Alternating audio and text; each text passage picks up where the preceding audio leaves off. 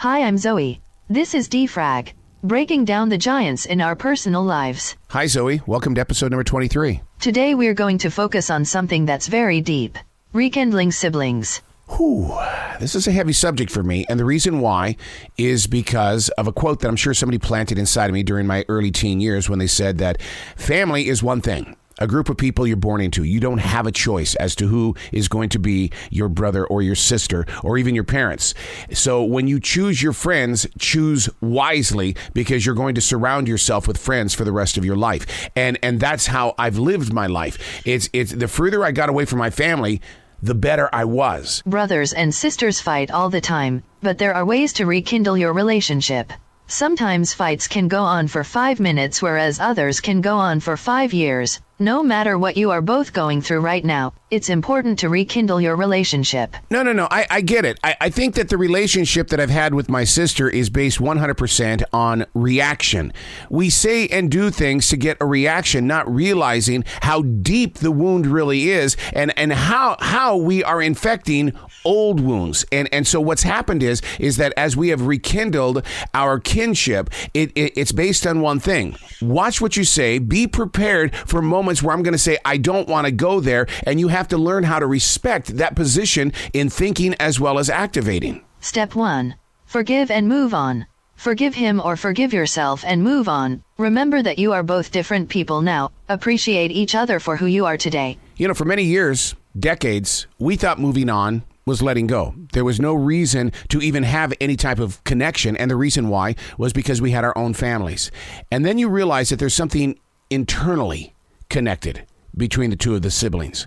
And so as you try to build your own personal life, something is missing.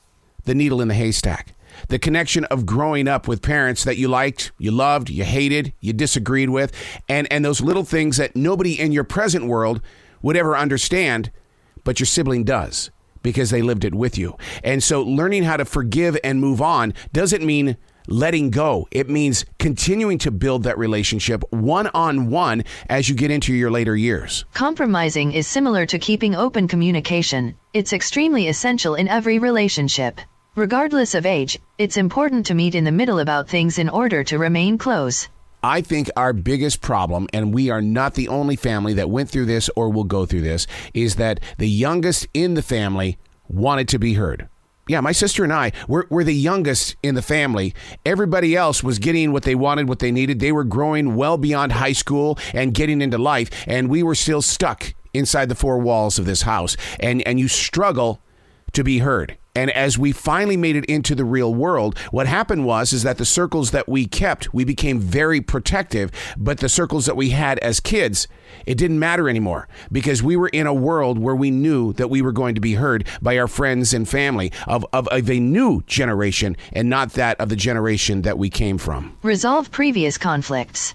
Even if a fight has been carried through years, and it wasn't even your fault, approach them and ask to resolve previous conflicts. If there is something that is bothering you or if they annoy you, tell them straight on. Don't pile up the conflicts. I'll tell you what our weakness is that the forgive and forget.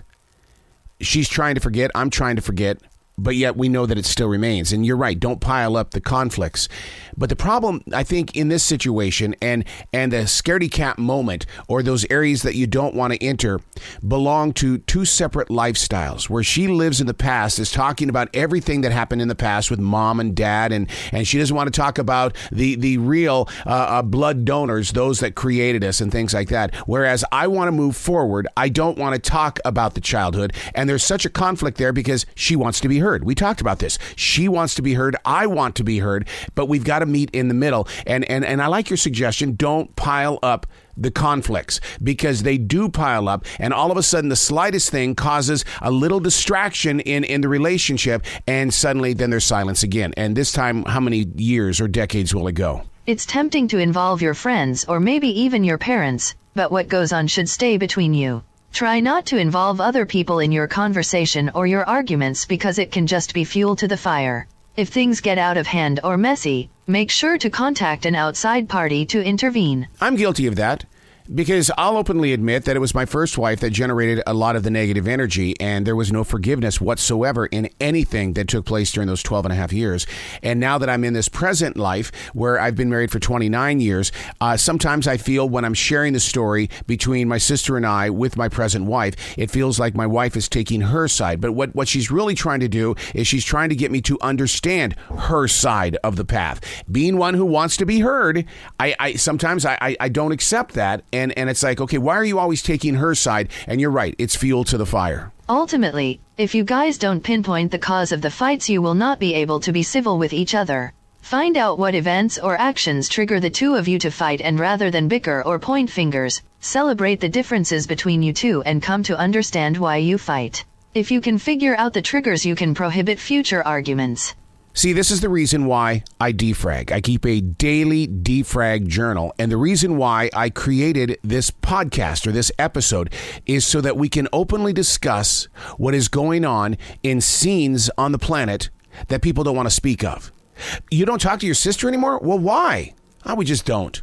Or last night I was in a conversation and someone says, you're going to talk to your sister on the way home tonight, right? I said, yeah, I am. We've made that our nightly ritual, that we're going to spend a few moments together. And I think that one of the triggers is that we wouldn't talk to each other, and in our own personal lives, it would just boil. They didn't call me today.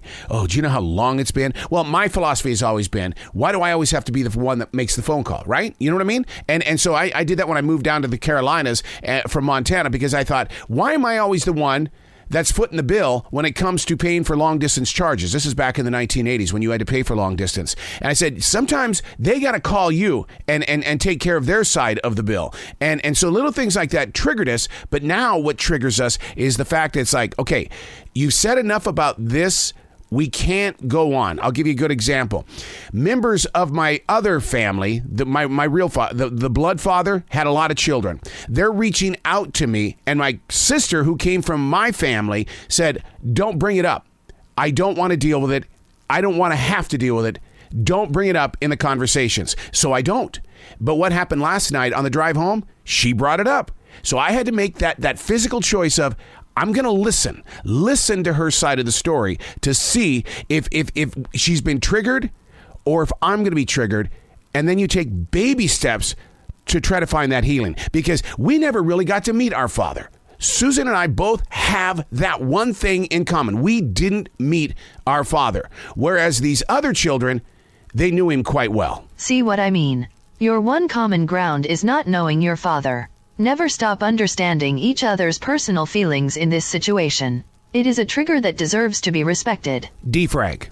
It's so simple to do, yet it's very difficult for so many to even attempt one page. Being open and honest with yourself on that page. To ask yourself questions. Don't run to somebody seeking answers, because you hold a lot of experiences and the answers are inside those experiences. But you've got to take the time to listen to yourself. And when it does get tough or tougher, then you reach out to the professionals and those around you. But remember, one thing I learned from Julia Cameron, you never let somebody in your family or a friend read your creativity or listen to your music. You don't. Because they're going to give you an opinion that you don't like. And that's going to hurt even worse. It's like adding fuel to the fire, like Zoe said. Defrag. You know, I put in maybe 2-3 pages a day. They're just questions. And sometimes those questions can be really stupid and awkward, but it doesn't matter. It's you having a conversation with yourself about the situations that you face on a daily basis, or it's been going on for a very long period of time. Defrag.